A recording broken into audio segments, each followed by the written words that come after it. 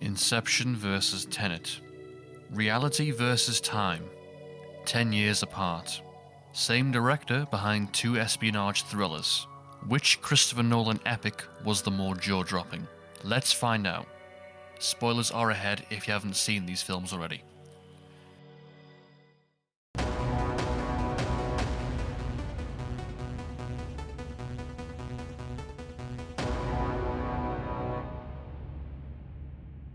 Leonardo DiCaprio plays Cobb, the dream heist ringleader in Inception.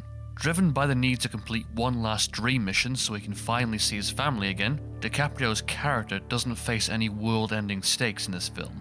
His goals, flaws, and shadow are all driven on a well-written personal level to define DiCaprio as a fully fleshed-out protagonist.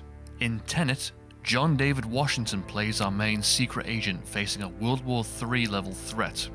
John's character is dragged into a world of reverse weapons, a world he soon realizes just how out of depth he is up against.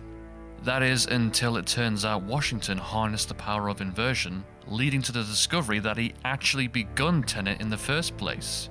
An interesting yet baffling paradox, no doubt. It's so complex and cool! Washington's character doesn't have any personal needs or shadow like DiCaprio has. You can add all the kind of clever time inversion tricks you want, but I had less of a reason to root for him. In fact, he doesn't even have a name. Protagonist? With Cobb, I knew why he was in this situation and what drove him. It's a point for Inception.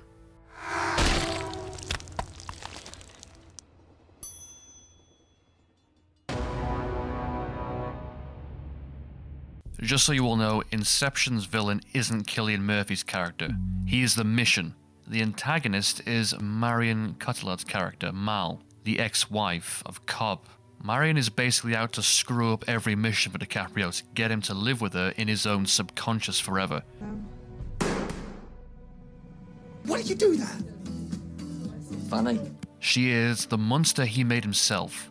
The first case of Inception by planting the idea that they could build their own lives in their own dreams. Kenneth Branagh plays the time-manipulating arms dealer, whose mission in a nutshell is to end the world with a suicide time bomb. Why? He's dying. And if he can't enjoy life, or his ex-wife, nobody can.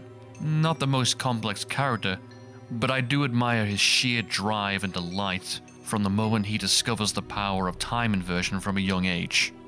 Marion is a lot more tragic once you piece together the fact that she is more of a lingering memory of Cobb's character attempt in Inception. Kenneth's villain is full of drive, but Marion is the one I engage with more due to her overall arc, which intertwines with DiCaprio's character.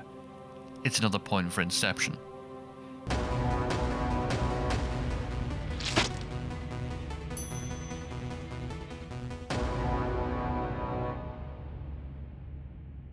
Inception has a great chemistry of supporting characters that Christopher Nolan has worked with in his upcoming and previous entries. They all fit a typical high-style cast. You have Joseph Gordon-Levitt as the tutor-like character, Ellen Page as the young architect, Tom Hardy as the one in disguise, Dilip Rao as the escape driver, and Cillian Murphy as the walking target, or in this case, dreaming target. Tenet has more of a cast suited for a Bond/spy thriller. Robert Pattinson is the buddy cop agent, Clemence Posey is the gadget Q-like character, Elizabeth Debicki is the Bond girl, and Aaron Taylor-Johnson is the more heavily equipped squad member. Michael Caine does his usual exposition and load for both films before never being seen ever again.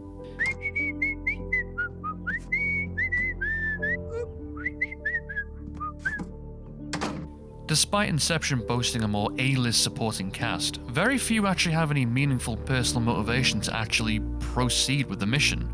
Cillian Murphy sort of has an emotional trip with his father, who he never saw eye to eye with, hence the mission to dissolve his company. Robert Pattinson's character is a suave agent stuck in a time loop where he knows his own fate and sacrifice has already been laid out to save the world. That isn't too bad. The best arc has to go to Elizabeth Debicki's character, always one step behind her abusive ex-partner Kenneth Branagh's character. Through learning of time inversion with Washington, she is able to outsmart him, while showcasing a healed inverted bullet wound he gave to her. Tenet actually uses this supporting cast much better here, so it is a point for Tenet.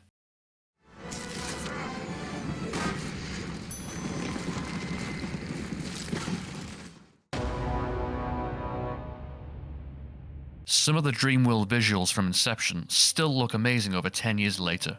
It isn't just the cityscapes folding in on each other, or the corridor fight.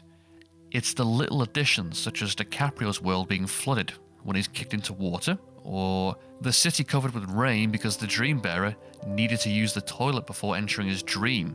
That's something many never would have thought of. Dreamscape, various Bond films, and Paprika look to have fueled the inspiration for these visuals, without coming across as a CGI mess or a blatant ripoff. Tenet takes the route of mixing reverse action scenes mixed with normal time action.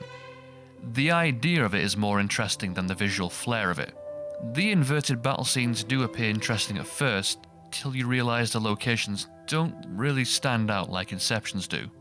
The use of practical effects for the plane crash scene is well presented in Tenet, but we've seen Nolan do this before in The Dark Knight Rises.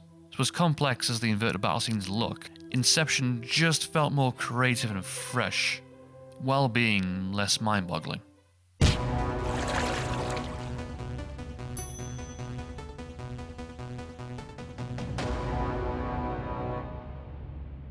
When it was announced that Ludwig Göransson was behind the soundtrack and not the usual stellar Hans Zimmer, the hopes of the soundtrack being better seemed very low. However, the soundtrack of Tenet has some fantastic detail to it. Mysterious, brash, and played backwards when our main characters become inverted, which is a nice detail. It looks as if this score has a chance to stand up to Zimmer's score. No, I'm afraid it doesn't. The exciting dream within a dream track, or time, is still just as jaw-dropping as it was 10 years ago. Housing music. Hans Zimmer.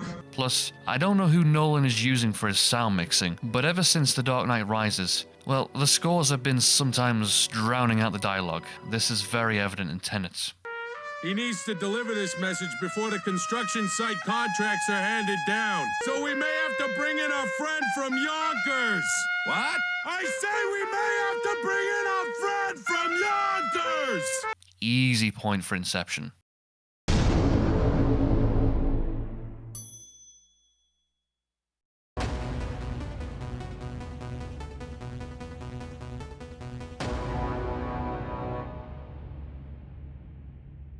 The Nolan method of storytelling has become subject of parody because of how ludicrously non-linear and complex they become. Just because an idea is overly convoluted and complex doesn't make it cool. You just don't get it because you're not smart enough. Inception and Tenet are both loved and loathed for this reason too. Inception actually begins in the third act, previewing DiCaprio finding an old man he knew, who was aged in a dream, within another dream, because time moves very slowly in layered dreams. It's so complex and cool. But not uncommon to begin a film where our hero is facing trouble, or at his lowest. This essentially dangles a carrot in front of the audience, an exciting prologue which lets us know what is to come before bringing us back to Act 1. Tenet has a slightly similar approach. Start off with a big set piece, introduce the audience to the world of inversion. However, rather than planning some kind of time heist or mission while we get to know our characters, the story revolves around plot device chasing, more typical to a Bond film. Being inspired by James Bond isn't bad, but Bond is a pre-established character. We know what to expect from Bond. He's pre-established, but we don't know what Washington's character wants or needs or hides from. On a technical aspect, Tenet's time paradox storytelling is impressive. Inception boasts technical and heartfelt storytelling, involving the power of the subconscious and how much we lock away from the world. It is a win for Inception.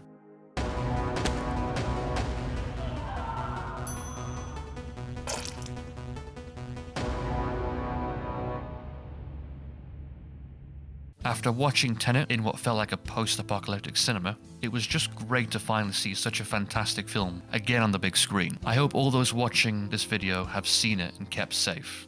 Whether you're pro-mask, anti-mask, gimp mask, whatever, minus the odd audio mixing hiccups, Tenet was worth the wait. Maybe Nolan felt like he had to raise the complexity to the highest level, when at times it felt like that backwards episode from Red Dwarf. Upon leaving the cinema 10 years ago having seen Inception, I couldn't wait to see it again. Rewatching adds value and never felt like a necessity. Tenet does. Not every film has to be like Memento. I hope you enjoyed this comparison. Dream, dream.